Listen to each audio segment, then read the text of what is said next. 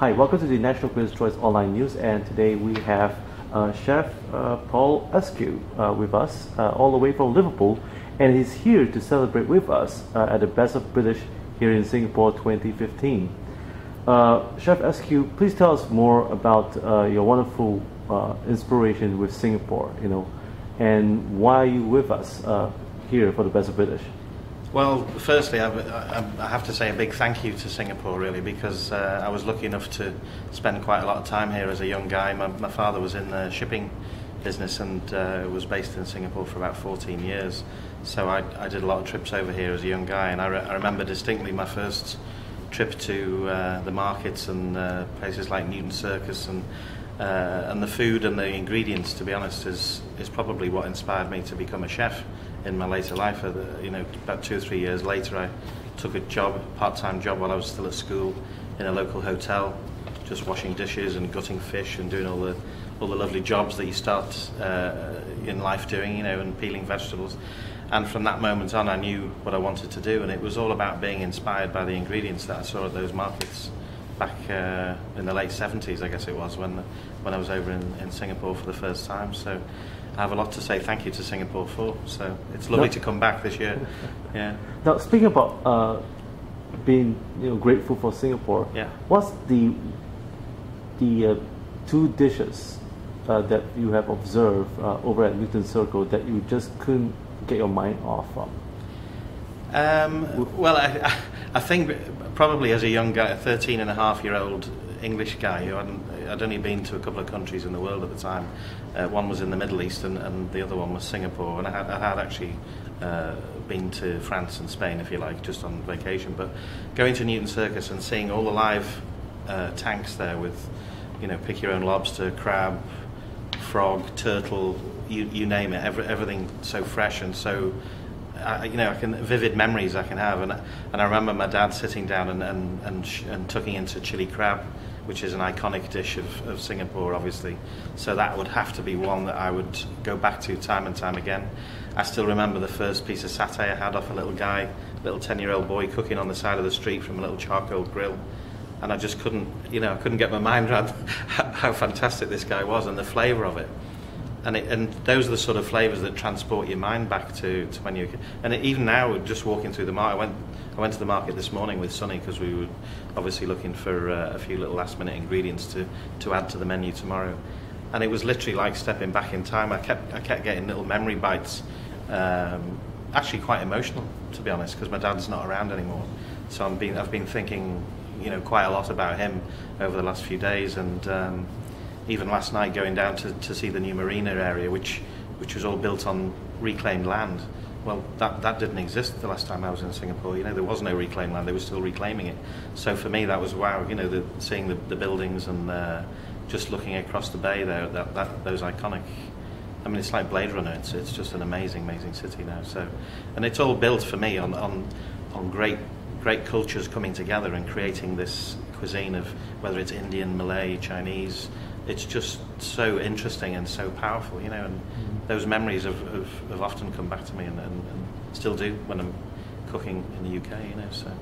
And so about the menu right here in Singapore that you prepared wonderfully for this coming dinner, will it be infused with the Singaporean experience? Yeah, it's interesting that, because obviously when you title something the Best of British, I think my first initial thoughts were to focus on the great ingredients that Great Britain is known for. So, for example, the starter, Scottish King Scallops, which is an iconic thing. Welsh lamb, iconic thing.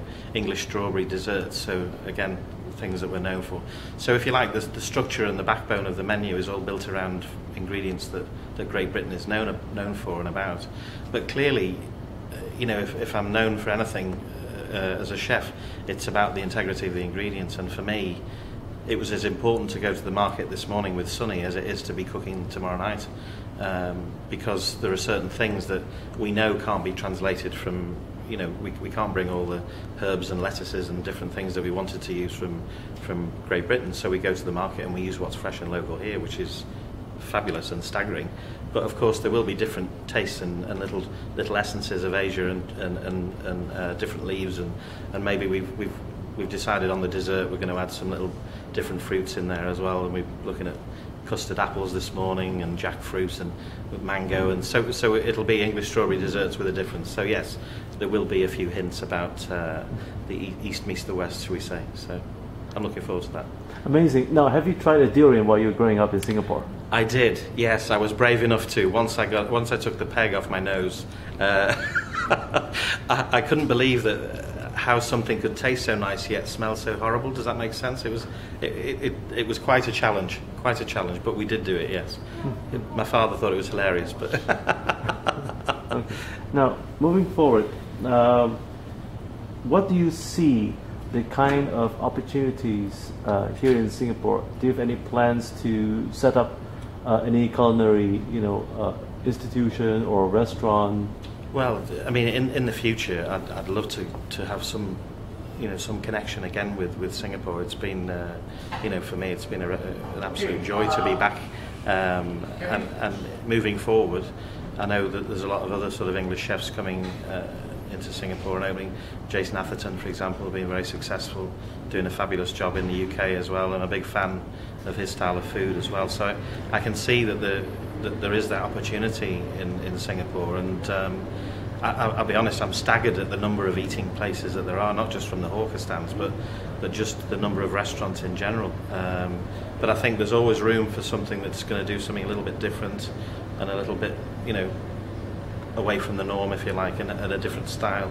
And I think people are always looking for that. And of course, we want choice, don't we? We want choices in the world wherever we go and eat. And I'd love to. I mean, moving forward, that would definitely be on the agenda for me. Yes. Now, moving forward, speaking about choices that you mentioned, you choose to use natural ingredients for all of your cooking style, and especially in your own restaurant back in Liverpool. Free range and organic where possible. Yeah. Yes. Why? For me, I think it was born out of as you know, there's been a lot of food crises in the world. When you look at BSE and things like that with the beef, you look at sort of genetically modified crops and things like this. That for me, fundamentally, I'm a great believer in that. If an animal has had a good diet and it's been on good pasture and looked after without chemicals on the ground, and it's had a good life, that the meat is 20 times better and tastes different and feels different than working with something that's been intensively farmed. Likewise with vegetables and herbs, if they've just been grown in a natural environment, you can taste the difference. If I go to a farm shop and I get a bunch of asparagus that's just been cut at 6 o'clock in the morning, it's going to taste different than one that's come from Peru and been on a boat for 4 weeks. And of course, its carbon footprint. There's so many things that we need to look at on that. But fundamentally, it comes down to taste, and it comes down to the quality and the integrity of the product. And as chefs will know, if you've got fantastic ingredients in the first place, you shouldn't have to do anything too scientific or mad with them, as long as the cooking execution and the flavour combinations are right. The ingredients should be allowed to sing for themselves. At the end of the day, if I'm going to buy a fantastic Scottish King scallop, I don't want to smother it in lots of different flavours and then not be able to taste the scallop. Does that make sense? For me, I want those things to shine because they're the main parts of the dish that I'm cooking. So it's very important. I mean, we buy rare breed beef, we buy rare breed pork in the UK, we buy free range and organic chicken, free range and organic eggs, raw milk, cheese, all of that. It's a massive thing moving forward. I think we've done enough damage to the environment. Same with the fish. I know fish farming gets a lot of criticism because it can be as damaging for the environment as overfishing. But I think what we have to do is use sustainable species and reduce cooking with ones that are on the endangered list, and just be sensible about it. Because even walking around the fish market in Singapore today, Sonny was telling me that nearly all the fish is either from Sri Lanka or Indonesia or Malaysia. Very little is coming in from around Singapore anymore because the fishing has been so intensive. So we have the same problem in the UK. 95% of our fish ends up in Madrid. And we're an island surrounded by lots of good seafood, but really British people tend to only eat cod, haddock and salmon. which is very disappointing. You know, so we need to focus on our planet and eat wisely, but also get back to buying the best things and trying to eat the best things. I know it's a price thing, obviously. Day to day, you can't buy lobster and scallop every day. We all know that, but it's. I think when you do buy those things, you've got to buy sensibly and think about the dish as well as the planet. You know. For aspiring chefs, what would be your 3 key philosophy or advice for those who want to succeed and be as special as yourself? Well, I think, you know, it's funny this, because again we've had a really good morning today, and it's quite interesting to share best practice with a chef. I mean, Sonny has worked in the UK, has worked in Australia, and is based now here. And we were talking about what's going on in the chef world across the entire world, really. And the thing that we notice is that this generation of young guys coming through now is the work ethic is different. They don't want to do the long hours. You know, there's a lot of a move towards different conditions for chefs to work in. It's a lot more scientific as well, rather than cooking by instinct and with, you know, more as an art form. They cook more scientifically in water bathing and sous vide and things like this. But ultimately, it comes down to the same thing every time, and it's about what's the passion that you have for what you're cooking, the determination and the work ethic. You know, can you do this day in, day out for 14, 15 hours a day, which is, let's be honest, that's what most good chefs are doing. They're doing very long hours. And I think what they have to accept is that it's a way of life, and it's a passion, and it's it's not just a 9-to-5 job and you pick up your paycheck and go home. This is something that it's a way of living. It's a way of yes, it's a business and you're delivering something that people are paying for, but ultimately it's a piece of you. Every time you put food on a plate, it's an extension of your personality. It's a gift from you. So a little piece of you leaves the pass every time you send a dish, and those people aren't easy to find, I have to say, and you can always tell when somebody's making great food and really enjoying doing it, because the food tells you. You know, if it's dull and a bit boring and a bit humdrum, it's usually because they're just going through the motions. Whereas when something really stands out and hits you, you think, wow, these people care. You know, this is different food, and I think my advice would be, number one, don't come into it if you think it's a glamorous and easy ride, because it's not like it is on the TV. It's about working really hard and bringing your passion every day, not just when you feel like it. You know, it's not a job that you can dip in and out of. It's something that you have to be really committed to and stay with. And you know, like anything, you only get out of it what you put into it. But it could take 30 years. You know, it's taken me 34 years to get the art school and have it in the format that I want it. And you know, I've worked in so many different places along the way, and you learn as much from bad places as good places. But this is the first time I can honestly say this is what I wanted from the beginning. You know, so it does take time. I mean, it happens quicker for some people, but it is a job that you need to be 100% committed to and convinced that you want to do. And who were your mentors? Well, for me, I think when I was growing up, I'll be honest, Great Britain's food was not really in a great place. It was, I think that's probably why I was so inspired by what I saw in Singapore and Dubai, for that matter. And it was just before the Roux brothers came to the UK. And I distinctly remember I was working for De Vere Hotels at the time, and because I'd travelled quite a bit and seen Singapore food and you know, travelled quite extensively actually by then. I was about 25. And I remember going to my general manager and saying, look, you know, if I can't start writing some dishes for this menu, I'm going to have to go. I can't cook this food anymore. And it was like, you know, prawn cocktail, well done steak chasseur and Black Forest gatto. It was just like everywhere was the same. It was like just a steakhouse and a banqueting food. That's what it felt. It just felt like it was what I was just saying before. This humdrum churning out just a production line. So of course, oh no, they can't. This is head office's food. You know, you can't change anything. And I said, well, in that case, I'm going to have to go. So I left and I went to New York and worked as a sous chef for 2 years there, which again is another melting pot and another completely different set of influences. And by the time I came back about 2 years later, a book had come out from the Roux brothers called New Classic Cuisine, and it was just at the era of Nouvelle Cuisine. And I think what Nouvelle Cuisine did for the UK was teach everybody about culinary art. It showed them that food was not just about refueling. It was actually an art form. It was a gastronomic experience. It was about, it was the dawning of 14-course tasting menus. And admittedly, the Great British palate normally likes quite big portions, and these little tiny portions coming out over a period of time was hard for them to understand. But I think what happened was it changed the food in the UK so much. It was almost like a revolution, this book, and I think it showed us that it was about the presentation and the flavour combinations. But instead of us doing nouvelle cuisine, we maybe just reduced it to sort of 4 or 5 courses, and you started to get amuse-bouche and different intermediate courses creeping in. But it was dressed beautifully, and so it had art, but it had sort of European, British European portions instead of lots and lots of tiny things, and it just transformed the way everybody sort of worked and behaved in the UK at the moment. And at that point, I realised the direction I wanted to go in. And it was very much about sort of developing the tasting menus and developing gastronomic matching. And I mean, I've fallen in love as much with wine and food matching as I have with looking for the right ingredients and coming up with new dishes now. One of the joys of doing a menu now for me is sitting with the sommeliers and deciding which drinks we're going to pair up with things. And obviously that's a lot of fun as well. But it's quite that takes some analysing as well. So.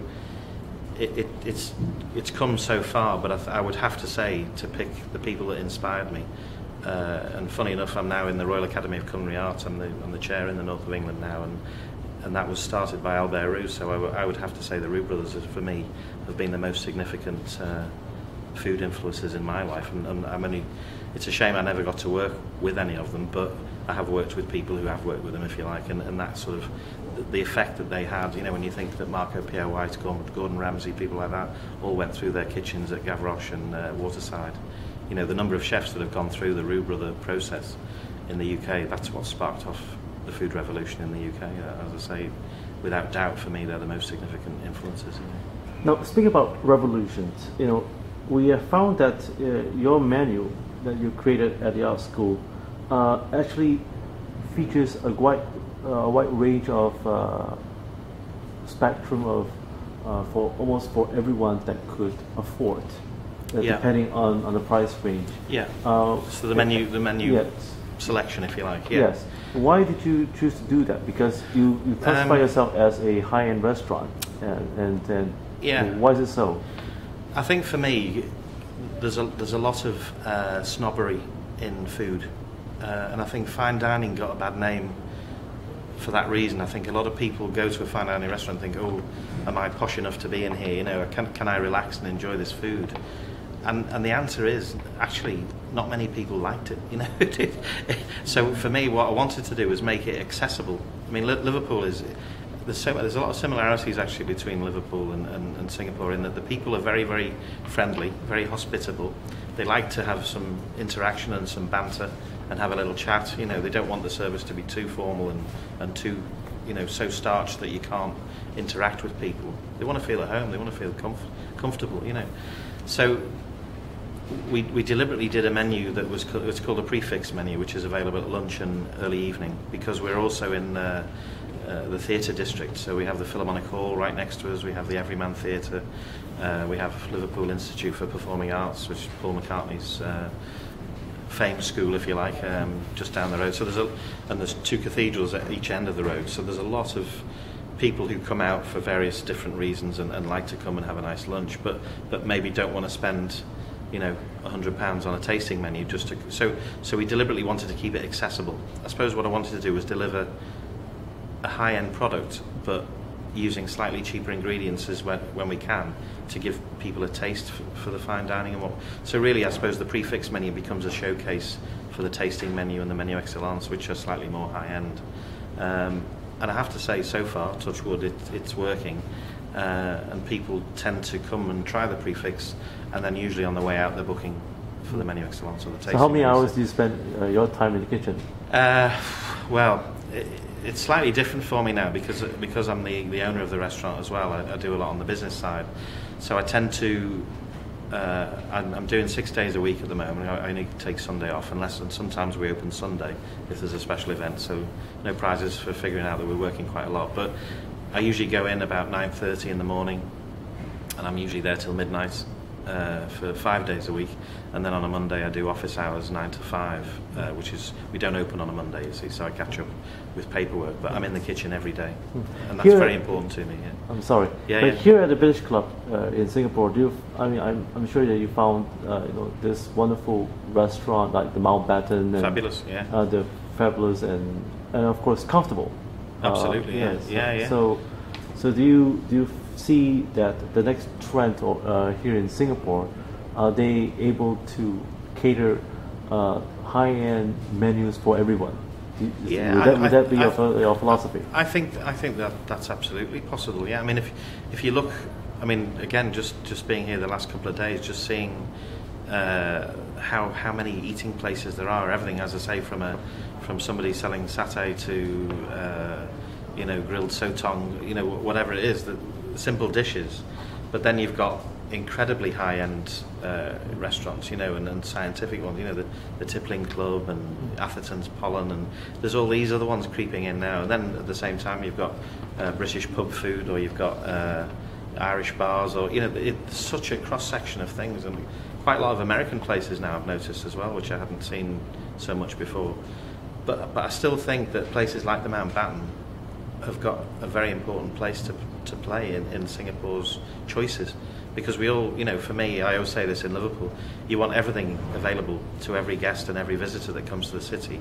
You want the best English breakfast, the best greasy spoon, as I call it, and you want the best Chinese restaurant, you want the best Indian restaurant, and you want the best Michelin star, and everything in between. So I think those places do need to be there, but absolutely, for me, the style of what we've tried to create in the art school, for me, is not just relevant in Liverpool. I think it's relevant in most cities. I think that's what people want. They want to feel relaxed, they want to feel true hospitality and nice atmosphere, and of course, most importantly, great food and wine, and hopefully that's what we're delivering at the moment. So now, could you recommend one fast to cook menu from Liverpool, because there's a lot of members from the British Club, and as well as even from our online news, housewives and expats. Sure. Who would like to hear from you. Sure. So, well, I know the obvious one that everybody's going to expect me to say is going to be scouse, because that's what Liverpool is known for. Now, you could look at it and think, well, this is a terrible, boring one-pot stew that could have been Irish stew, could have been Lancashire hot pot. It's probably a bit of everything. So I'm not going to say that one, because that's what they want me to say. I'm going to say beef and oyster pie. I have a great love of surf and turf combinations. In fact, there's one on the menu tomorrow night, the scallop with the smoked pork that we're doing on the starter. So you can see I have a lot of dishes where I use even things like turbot with oxtail, or just had one on now where we had a fillet of beef with langoustine and clams and things like that. We use those combinations quite often. So for me, the one pot beef and oyster pie, we use Guinness instead of beef stock to cook the Guinness in. And so basically you can do all your preparation the day before and use a slow cooker. And we use onions, a little bit of garlic, carrots, swede, and then, as I say, a pint of Guinness. You brown the beef off in a separate pan with a little bit of flour on it and seasoning, some sprigs of thyme. Pop those in with the Guinness and the vegetables into the slow cooker. Let it cook. It thickens in its own sauce while it's ticking along. And then the day after, you can just pop in a few little oysters and the juice. You can either just steam them or pop them in raw, as long as you put all the juice and make sure there's no little bits of shell drop in there. And just give it another 10-15 minutes to cook through, and you'll have the most delicious little one-pot dish. And you can either have that with potatoes or just bread, or even a bowl of rice actually would be nice with that. But that would be a nice way to do it, yeah. Maybe a little bit heavy for the Singapore climate, but delicious. Well, Chef Paul Askew, thank you for joining us here at the National Critics' Choice. And folks, for those who wish to get more information, please do log on the British Club website or Facebook page for more information. Once again, I'm Robin Stienberg from the National Critics' Choice. Have a good day ahead.